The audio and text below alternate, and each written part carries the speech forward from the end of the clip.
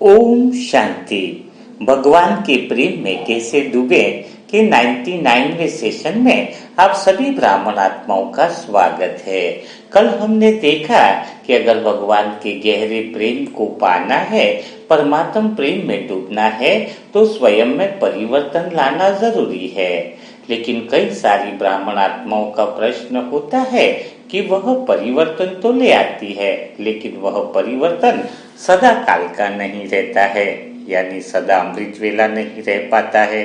कई बार पवित्रता के मार्ग पर चलने पर पवित्रता भंग हो जाती है, कभी खान पान की श्रीमत भंग हो जाती है, और जब भंग श्रीमत वगैरह हो जाती है तो फिर आत्मा में पाप कर्म बढ़ने से वह भगवान का प्रेम निरंतर अनुभव नहीं होता है। तो ऐसे समय में हमें क्या करना चाहिए? तो परिवर्तन जो है वो सदा काल का नहीं रहता है, सदा काल का चेंजेस नहीं आता है। इसका सबसे पहला जो कारण है वह है कि आप आत्माओं के अंदर आत्मविश्वास की बड़ी कमी है। जिस आत्मा में आत्मविश्वास की बहुत ज्यादा कमी होती है वह सदा काल के लिए परिवर्तन नहीं ला पाता है। पर अब प्रश्न उठता है कि आत्मविश्वास बढ़ाए कैसे, जिससे हम भगवान के प्रेम की अंदर नाव में बैठ सके, सदा श्रीमत पर चल सके। तो आत्मविश्वास खाली ज्ञान से नहीं आता है। ज्ञान से जो विश्वास आ रहा है या कोई दूसरी आत्माएं तुम्हारी प्रशंसा कर रही है कि आप बहुत अच्छे हो, आप बड़े सुंदर रीति से ज्ञान में चलते हो, वह विश्वास एक्चुअल में उधार का विश्वास होता है। वह आज है और कल जा सकता है। तो आत्मविश्वास आएगा स्वयं से बातें करने से। जब आप स्वयं से जितना ज्यादा प्यार करोगे, स्वयं की जितनी ज्यादा तारीफ करोगे, उतना ही आत्मविश्वास आपका बढ़ता जाता है। तो स्वयं से प्रश्न करने पर भी आत्मविश्वास बढ़ता जाता है। जैसे स्वयं से प्रश्न करता है कि मैं आत्मा भला भगवान के प्रेम में क्यों नहीं डूब सकती। जिन्होंने पढ़ाई नहीं करी थी, देखो दादियों ने भी कुछ इतनी पढ़ाई नहीं करी थी, वो आत्माएं भी भगवान के प्रेम में डूब गई, है ना। कई सारी आत्माएं ऐसी हैं जिनके पास धन नहीं था, दौलत नहीं था, वो भी भगवान के प्रेम में लवलीन हो गई। कई सारी आत्माएं जो बहुत सारी जिम्मेदारियां थी उनके ऊपर, लेकिन वो आत्माएं भी भगवान के प्रेम में डूब गई। तो मैं आत्मा भगवान के प्रेम में क्यों नहीं डूब सकती हूँ? यह बात जब हम अपने आप से पूछते हैं और हम स्वयं से प्यार करते हैं, स्वयं से तारीफ करते हैं, स्वयं के सम्मान को जगाते हैं कि मैं आत्मा पावरफुल हूँ, भगवान की प्रेमी आत्मा हूँ, मुझ आत्मा को स्वयं पर भरोसा है, विश्वास है। जब इस तरह की स्वचिंतन की बातें तुम स्वयं के साथ करते हो, जितनी स्वयं के साथ आप अच्छे से बातें करते हो, उतना ही आपका आत्मविश्वास बढ़ता जाता है। तो पहला क्या निकला परिवर्तन सदा काल के लिए करने के लिए? तुम्हें बस एक ही काम करना है कि स्वयं से बात करनी है, स्वयं की तारीफ करनी है, और कुछ सवाल स्वयं से पूछने हैं कि मैं आत्मा क्यों भगवान के प्रेम में नहीं डूब सकती।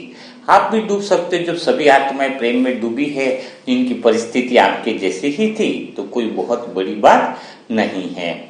दूसरी बात है कि आपका परिवर्तन सदा रहे, तो कुछ अगर गलतियां हो रही हैं, कुछ मिस्टेकें हो रही हैं, तो उस समय आपको घबराना नहीं है।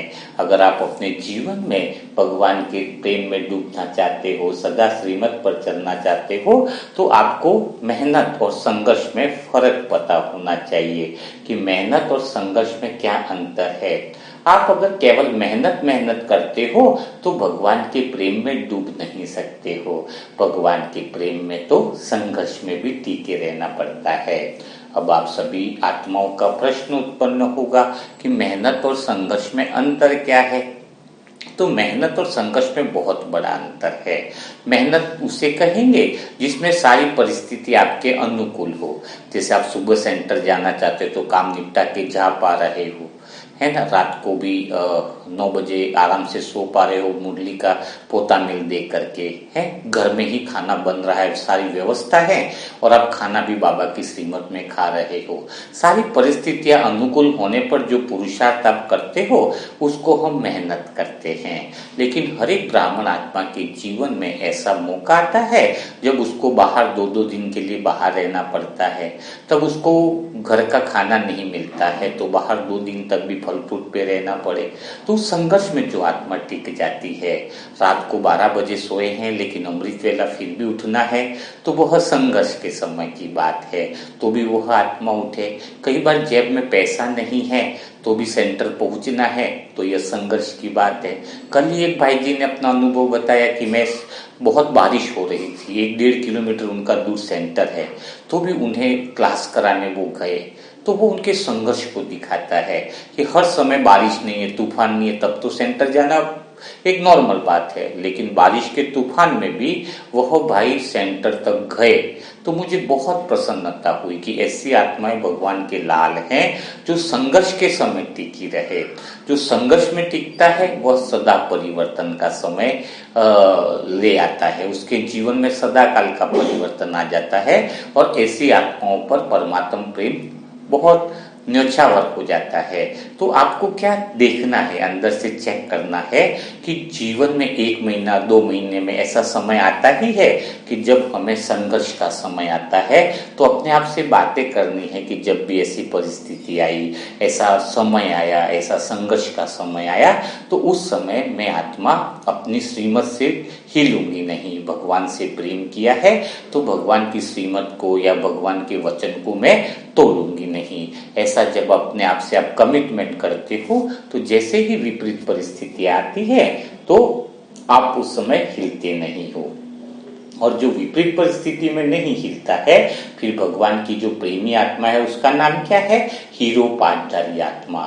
यानी आपने देखा होगा मूवी वगैरह में भी हीरो कब बाहर आता है ना? हीरो आता है जब किसी की मदद करनी होती है, जब किसी का सहयोग करना होता है, तो अंदर का हीरो जो है ना वो हीरो बाहर आता है। या विलियन कोई परेशान कर रहा है ना, विलियन परेशान कर रहा है तब भी आता है ना हीरो बाहर। तो ऐसी परिस्थितियों में ही तो हीरो का एंट्री होता है। तो आपको भी क्या देखना है कि अगर ऐसी परिस्थिति आई है तो उस समय आपको मौका मिला है। किस बात का मौका मिला है? अंदर की पोटेंशियल को, अंदर की शक्ति को बाहर निकालने का मौका मिला है।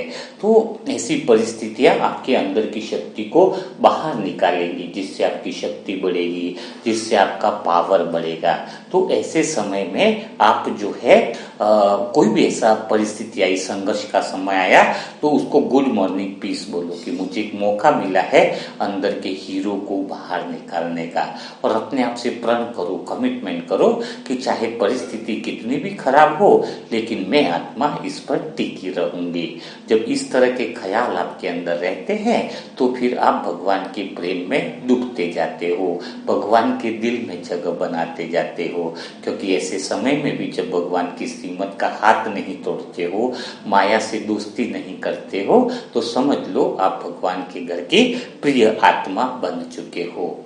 और भगवान से प्रेम में डूबने के लिए आपको फोकस कहाँ पर है, इस बात पर विशेष निर्भर करता है कि आप भगवान के प्रेमी आत्मा बने हो या नहीं बने हो।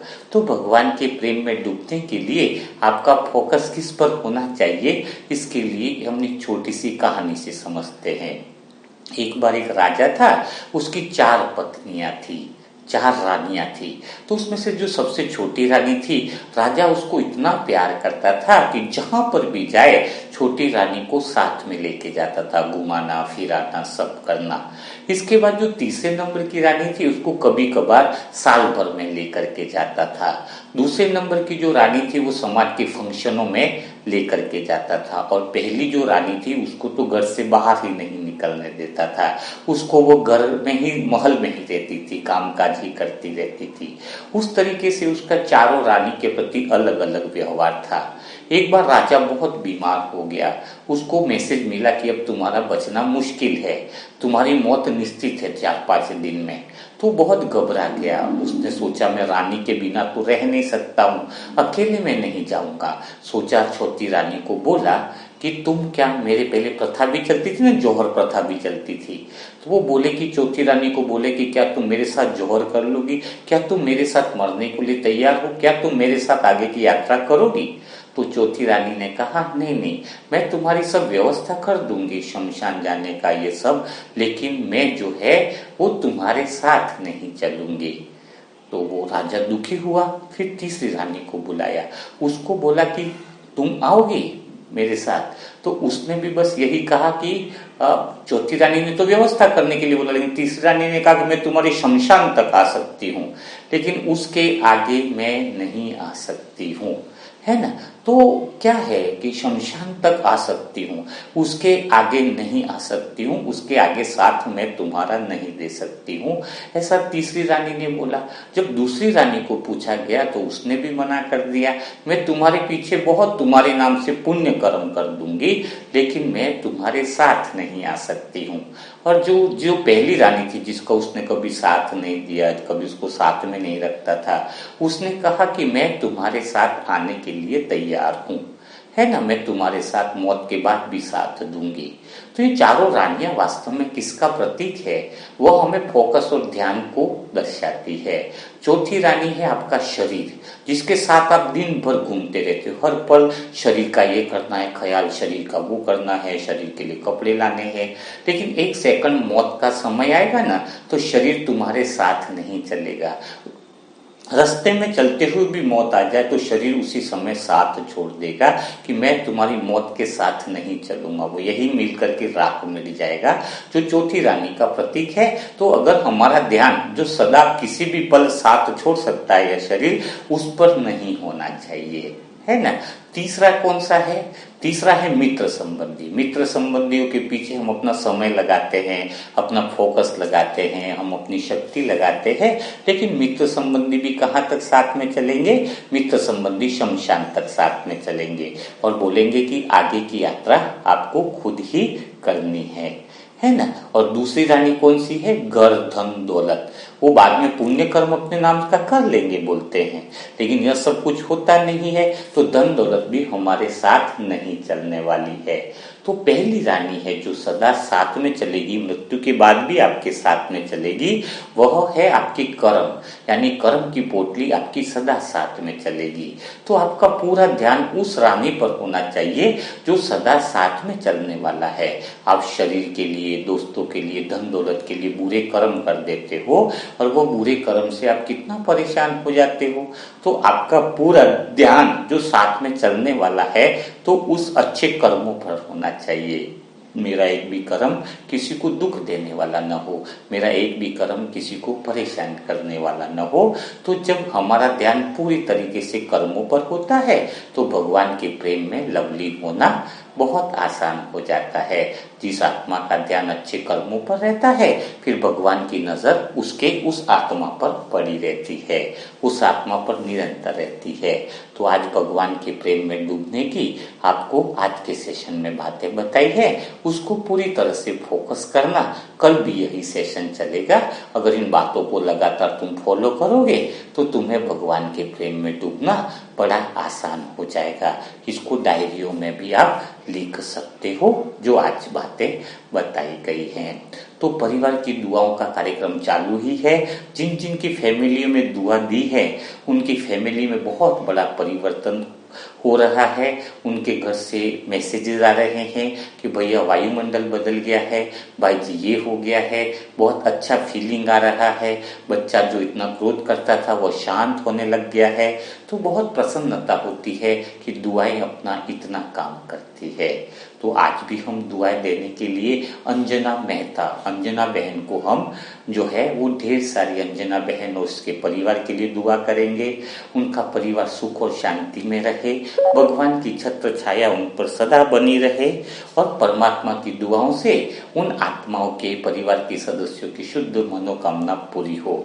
एक एक आत्मा 10-10 कमेंट में 10-10 दुआ लिखे जितनी दुआएं आज उनके लिए करेंगे, कल आपके लिए 1000 गुना रिटर्न होके आने वाली है। तो बिना देरी किए अंजना बहन और उनके परिवार को ढेर सारी दुआएं दीजिए और अपना पुण्य बल कमाइए। जो नई आत्मा है, जिनको कमेंट्री वगैरह नहीं मिल पा रही है, उनके लिए व्हाट्सएप नंबर है 7202921969।